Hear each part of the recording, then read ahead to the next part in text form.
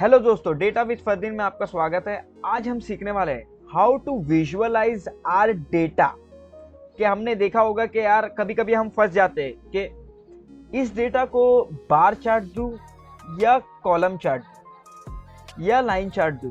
तो मैं भी शुरुआत में मैंने भी ऐसी बहुत सारी मिस्टेक्स की है। फिर धीरे धीरे मुझे भी समझ में आया, जब मैंने विजुअलाइज परफॉर्म करना चालू किया, प्रैक्टिस किया, तब मुझे आया।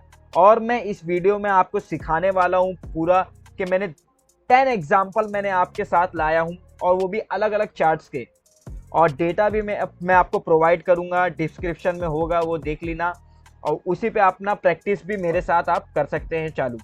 तो यहाँ पर मैं आपको एकदम डिटेल में सिखाऊंगा कि किस डेटा को क्या चार्ट देना चाहिए, कौन सा विजुअलाइजेशन बेस्ट रहेगा किस डेटा पर। तो चलिए डायरेक्ट बढ़ते हैं शीट पर। और तो दोस्तों हम आ गए अपने शीट पर। यहाँ पर ये देखिए, मैंने बहुत सारे डेटास मैं लाया हूँ अलग अलग, जो मैंने खुद निकाले हैं आपको सिखाने के लिए। कि ये देखिए बहुत सारे मैंने 10 एग्जाम्पल पूरा लाया हूँ मैं आपको। और यहाँ पर हम देखेंगे हर डेटा पे कौन सा विजुअलाइजेशन बेस्ट होता है। यहाँ पर ये देखिए फर्स्ट डेटा हमारा है मंथ वाइज सेल्स के, मतलब यहाँ पर ये देखिए जनवरी, फरवरी, मार्च, अप्रैल, मई, जून, जुलाई। तो यहाँ पर आप अभी क्या दोगे? तो मतलब ये देखिए ये एक ट्रेंड फॉलो कर रहा है। ट्रेंड मतलब ओवर द टाइम सीरीज जिसे कहते हैं हम, जैसे जनवरी, फरवरी, मार्च। तो हमें ये देखना है कि मतलब टाइम सीरीज पे कौन सा बेस्ट रहेगा। तो टाइम सीरीज पे बेस्ट होता है लाइन चार्ट। तो यहाँ पर ये देखिए मैं डेटा पूरा सिलेक्ट कर देता हूँ अपना, और फिर बाद में मैं इंसर्ट में जाता हूँ और यहाँ पर मैं चार्ट पर क्लिक करता हूँ। यहाँ पर मैंने ये देखिए ये खुद ही लाकर हमें दे दिया। यहाँ पर ये देखिए लाइन चार्ट लिखा। अगर आपको नहीं दिख रहा है कि मतलब कौन सा चार्ट है, यहाँ पर ये देखिए लाइन चार्ट यहाँ पर लिख के आ रहा है। तो ये लाइन चार्ट यहाँ पर हमें फर्स्ट डेटा पे मिल गया। और फिर बाद में आप अपने हिसाब से इसे कस्टमाइज भी कर सकते हैं। मतलब जैसे कस्टमाइज करना, जैसे कोई चीज़ को कलर दे देना। यहाँ पर मैंने सेल्स को, जैसे मैंने ये कलर यहाँ पर ब्लू है तो मैं इसे रेड कर देता हूँ। यहाँ पर देखिए लाइन अभी रेड दिख रहा है आपको, तो लाइन आप रेड कर सकते हैं। और फिर सर्कल का शेप क्या हो सकता है, मतलब ये एरो भी बीच बीच में ऐसा ला सकते हैं कि मतलब फरवरी में कितना हुआ, फिर मार्च में कितना, ऐसा आप कर सकते हैं। ये आपके ऊपर है। तो हम तो अभी सीख रहे हैं कि मतलब कैसा कौन से डेटा पे क्या देना चाहिए। तो यहाँ पर मैं एक कंट्रोल सी कर देता हूँ। इसे हम इसे दे देते हैं दूसरे शीट में, हम इसे डाल देते हैं। ठीक है, मैं यहाँ पर एक शीट यहाँ पर ओपन कर देता हूँ। यहाँ पर मैं पेश करते जाता हूँ जो भी हम बनाते। तो यहाँ पर ये रहा फर्स्ट का, और इसे हम ऊपर कर देंगे यहाँ पर। अब यहाँ पर हमने लाइन चार्ट यूज किया जब टाइम सीरीज थी। अब यहाँ पर ये देखिए रीजन वाइज सेल्स। अब यहाँ पर रीजन के मुताबिक सेल्स है। और आपने देखा होगा कभी कभी ऐसे डेटा जब आते हैं, जैसे रीजन वाइज सेल्स, मतलब रीजन तो चार है, जैसे नॉर्थ, वेस्ट, ईस्ट, साउथ। तो हम इस पे क्या दें? तो मेरा ये बेस्ट सोल्यूशन है। इसमें आप दो चीज़ दे सकते, या तो आप कॉलम चार्ट या आप बार चार्ट दे सकते। मैं अभी फ़िलहाल यहाँ पर मैं बार चार्ट इस्तेमाल कर रहा हूँ, और यहाँ पर उसके ही नीचे हमारे पास दूसरा है, उसमें हम कॉलम चार्ट इस्तेमाल करेंगे। तो यहाँ पर मैं ये डेटा सिलेक्ट कर इंसर्ट मेन्यू, और फिर बाद में मैं चार्ट्स। यहाँ पर ये देखिए पाई चार्ट हमें ला कर दे रहा, बट हमें पाई चार्ट की इस्तेमाल नहीं करना है अभी। तो यहाँ पर मैं आकर इसे बार पे आके मैं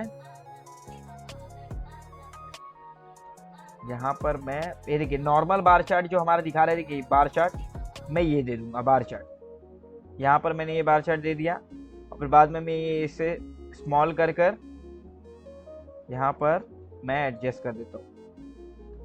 ये देखिए ये हो गया हमारा बार चार्ट। कि हमारे पास चार डेटा थे। यहाँ पर ये देखिए नॉर्थ, साउथ, ईस्ट, वेस्ट, और यहाँ पर नॉर्थ, साउथ, ईस्ट, वेस्ट, और उसके हिसाब से कितना क्या सेल्स हुआ। और यहाँ पर ये लेंथ दिया है। यहाँ आप अपने हिसाब से, मैं सजेस्ट करूँगा बार चार्ट। कॉलम चार्ट भी आप यूज़ कर सकते हो, क्योंकि अभी देखिए यहाँ पर ये नीचे जो हमारा है डेटा, जैसे प्रोडक्ट वाइज यूनिट सोल्ड, जैसे प्रोडक्ट वाइज यूनिट सोल्ड हुआ अगर, तो हम क्या दे सकते हैं। मैं थोड़ा ऊपर कर लेता हूँ इसे। यहाँ पर ये लिखा है प्रोडक्ट वाइज यूनिट सेल। तो यहाँ पर मैं ये सिलेक्ट कर हम इसे अभी क्या दे देंगे, हम इसे दे देंगे कॉलम चार्ट।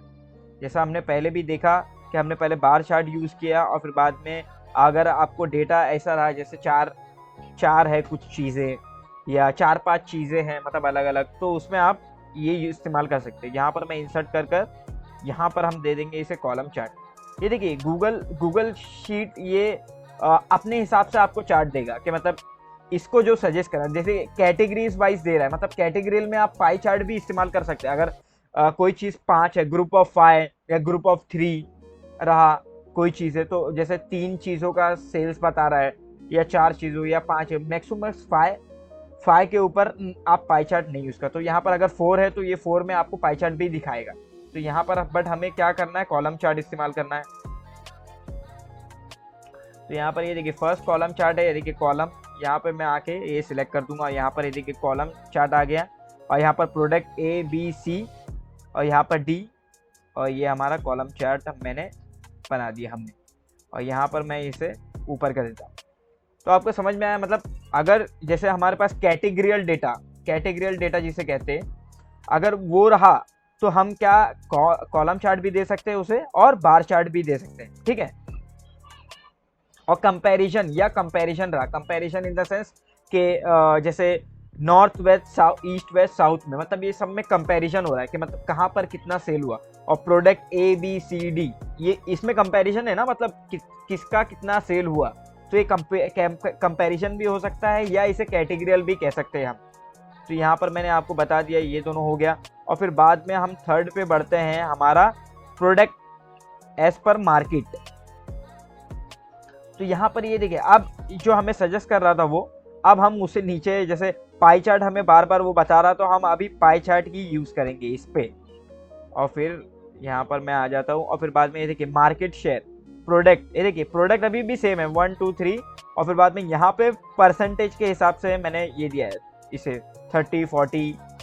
यहाँ पर मैं थोड़ा बढ़ा देता हूँ, ये यहाँ पे मार्केट शेयर वर्सेस ये। तो यहाँ पर मैं सिलेक्ट करके मैं इंसर्ट पे जाके मैं चार्ट डाल देता हूँ। अब यहाँ पर हाँ, अब ये जो सिलेक्शन हमें दे रहा है हमें वही चाहिए। तो यहाँ पर मैं इसे ये कर देता हूँ। यहाँ पर ये देखिए ये बता रहा है कि product A B C D, यहाँ पर ये देखिए product A B C D, और उसके हिसाब से इसने परसेंटेज भी रखा है। यहाँ पर देखिए हमने कैसा 10 20 30 40 रखा है, वैसे ही सेम इसने भी किया है। Product A 40%, product B 30%, product C 20% और प्रोडक्ट डी 10%। तो ये तो हो गया हमारा चार्ट, जहाँ पर अगर हमें 100% में से कुछ निकालना है, जैसे कौन सा प्रोडक्ट हमें कितना सेल्स दे रहा है ये देखना है, और कौन कितना मार्केट एक्वायर कर रहा है, कौन सा प्रोडक्ट कितना मार्केट खींच रहा है, मतलब अच्छा प्रोडक्ट कौन सा है हमारा जो ज़्यादा सेल्स ला रहा है। तो यहाँ पर वो देखने के लिए हम पाई चार्ट यूज़ कर सकते हैं। चलिए ये मैं यहाँ पे शिफ्ट कर देता हूँ, ये आपने देख लिया। और फिर बाद में हम नीचे बढ़ते हैं, देखिए एज ग्रुप फ्रीक्वेंसी, मतलब अब यहाँ पर हमें दिखा रहा है एज ग्रुप वाइज फ्रीक्वेंसी। तो हम यहाँ पर अभी अलग इस्तेमाल कर सकते हैं, जैसे हम यहाँ पर इस्तेमाल कर सकते हैं हिस्टोग्राम।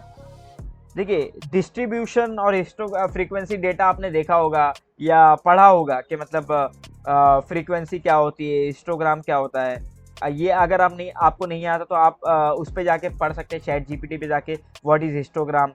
तो यहाँ पर जैसे कोई टेस्ट स्कोर होता है, जैसे कुछ होता है, तो हम उसमें हिस्टोग्राम या अलग अलग चीज़ें ऐसा इस्तेमाल कर सकते हैं। जैसे histogram is the best for this. मैं आपको अलग अलग वे में चार्ट बनाना सिखा रहा हूँ, इसलिए मैं अलग अलग डेटा इस्तेमाल कर रहा हूँ, ठीक है। आप अपने हिसाब से जो आपको सूट करे आप वो भी इस्तेमाल कर सकते हैं जो मैं आपको सिखा रहा हूँ। जैसे एज ग्रुप और फ्रीक्वेंसी में देख रहा हूँ, यहाँ पर मैं इनको सिलेक्ट कर इंसर्ट पे जाकर मैं अब यहाँ पर देखिए फिर हमें पाई चार्ट बता रहा है, मतलब पाई चार्ट से इसको लगाव हो गया गूगल शीट को।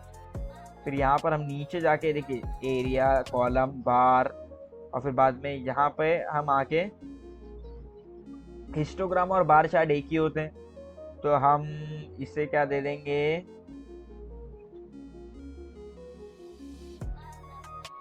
स्कैटर्ड। यहाँ पर हम एज ग्रुप वाइज हमें दिखाना है, तो हम क्या दे सकते हैं इसे, ये वाला।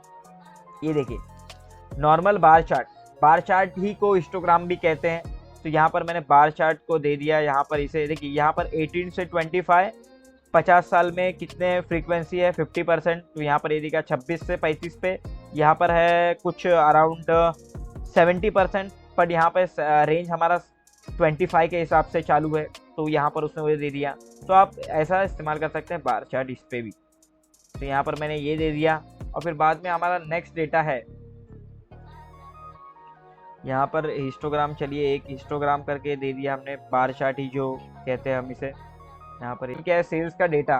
तो आप इसको जैसे आपने कितने कौन से सेल्स पे आपने कितना खर्चा किया, आप वो देखना है आपको, तो आप स्कैटर्ड चार्ट का इस्तेमाल कर सकते हैं। जैसे हम अभी इस्तेमाल करने वाले, जैसे मैंने एडवर्टाइजिंग का ये और शिफ्ट राइट और ये पूरा सिलेक्ट किया और फिर बाद में मैं इंसर्ट पे जाता हूँ। इंसर्ट पे करने के बाद चार्ट। अब चार्ट में ये देखिए, ये अपने हिसाब से आपको बताएगा। यहाँ पर ये देखिए लाइन चार्ट बता रहा है, बट हमें क्या यूज करना है, हमें स्कैटर्ड। यहाँ पर ये देखिए स्कैटर्ड आपको चार्ट दिख रहा है, स्कैटर्ड। तो यहाँ पर मैं ये सिलेक्ट कर देता हूँ। अब यहाँ पर ये देखिए, यहाँ पर अगर 500 यूनिट हमारा मतलब 500 रुपया हमने सेल किया तो हमें 2000 रुपये का प्रॉफिट मतलब सेल्स आया। अगर 500 हमने स्पेंड किया, अगर 1000 स्पेंड किया तो मतलब यहाँ पर 25,000 में भी, और 3000 यहाँ पर ये देखिए 3000 का हमें ये है, तो डॉट डॉट ऐसा ये होगा हमारा स्कैटर्ड प्लॉट चार्ट। तो यहाँ पर ये देखिए हमारे पास अभी नेक्स्ट है सेल्स का डेटा। तो हम ये देखिए यहाँ पर एक सीरीज ही है, ये एक हिसाब से यहाँ पर कुछ दिया नहीं है। कहाँ पर, यहाँ पर सिर्फ सेल्स का दिया है कि मतलब सेल्स ओवर द टाइम। मतलब देखिए यहाँ पर 1500 था, फिर 2000, 2500, तो हमें एक सीरीज टाइप दे रहा है, ट्रेंड दे रहा है। तो हम ट्रेंड के लिए जैसा हमने इस्तेमाल किया था लाइन चार्ट, हम वही इस्तेमाल करेंगे। यहाँ पर चार्ट में इंक्लूड करता हूँ। ये देखिए ये खुद ही बता रहा है मेरे लाइन चार्ट कि मतलब किस हिसाब से सेल्स हमारा बढ़ा। तो हमने यहाँ पर सेल्स ओवर द टाइम या सेल्स ट्रेंड जैसा फॉलो हुआ उसके हिसाब से ये दे सकते हैं लाइन चार्ट। और फिर बाद में हमारा देखिए, उसके बाद में हमारे पास ये देखिए, ये एकदम अलग होगा कि यहाँ पर होगा हमारे पास 3 अलग अलग प्रोडक्ट्स यहाँ पर और उसके सेल्स, या मतलब यहाँ पर 2 ही है, बट अगर 3 भी होंगे तो भी चलेगा हमें। तो यहाँ पर ये देखिए, यहाँ पर 3 अलग अलग प्रोडक्ट है और उसका सेल्स कितना हुआ, दो अलग अलग प्रोडक्ट है और उसका सेल्स हुआ मंथ वाइज, जनवरी, फरवरी, मार्च। जैसा हमें जनवरी, फरवरी, मार्च दिखा रहा है, यहाँ पर हम देख सकते हैं जनवरी, फरवरी, मार्च अलग अलग हमें सेल्स डेटा बता रहा है। तो आप इसके सिलेक्ट करके, आपने सुना होगा स्कैटर्ड बार चार्ट, हम इसे वो दे सकते हैं स्कैटर्ड बार चार्ट। जब कैटेगरीज अलग अलग वे में डिवाइड होती है तब हमें स्कैटर्ड बार चार्ट उसे दे सकते हैं। तो यहाँ पर मैं वापस इसे यहाँ पर हम सिलेक्ट कर देते हैं इस डेटा को, और यहाँ पे मैं इंसर्ट कर देता हूँ चार्ट्स। यहाँ पर हमें लाइन चार्ट जैसा दिखा रहा है, बट हमें स्कैटर्ड प्लॉट। यहाँ पर मैं आकर मैं सिलेक्शन में जाकर